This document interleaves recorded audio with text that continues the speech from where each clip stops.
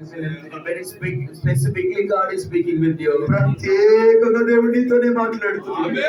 I didn't forget your cry. నువ్వు ఏడ్చిన ఏడ్పును కన్నీటిని నేను మరిచిపోజాలను.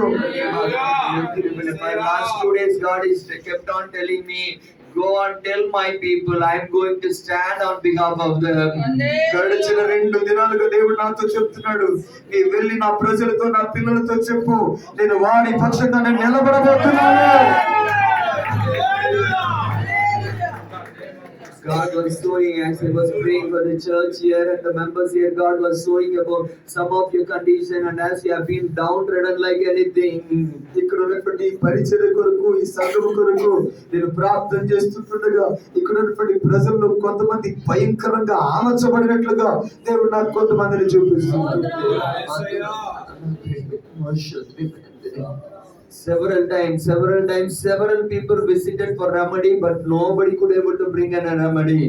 ఎన్నో సార్లు నీకున్నటువంటి పరిస్థితులను బట్టి వాటికి పరిష్కారం కొరకు ఎందరో దగ్గరికి నువ్వు వెళ్ళినప్పటికీ కూడా ఏ పరిష్కారం దొరకని పరిస్థితులు. Today God is speaking with you.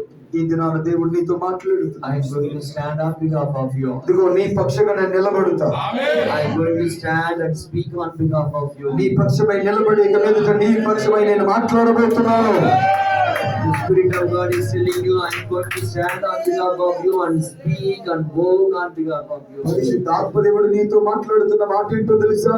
ఇక మీదట నేనే నీ పక్షంగా మాట్లాడి నీ పక్షమై నేను నిలబడబోతున్నాను.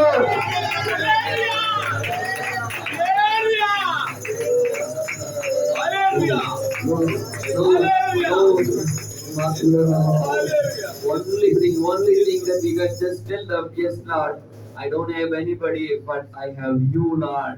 More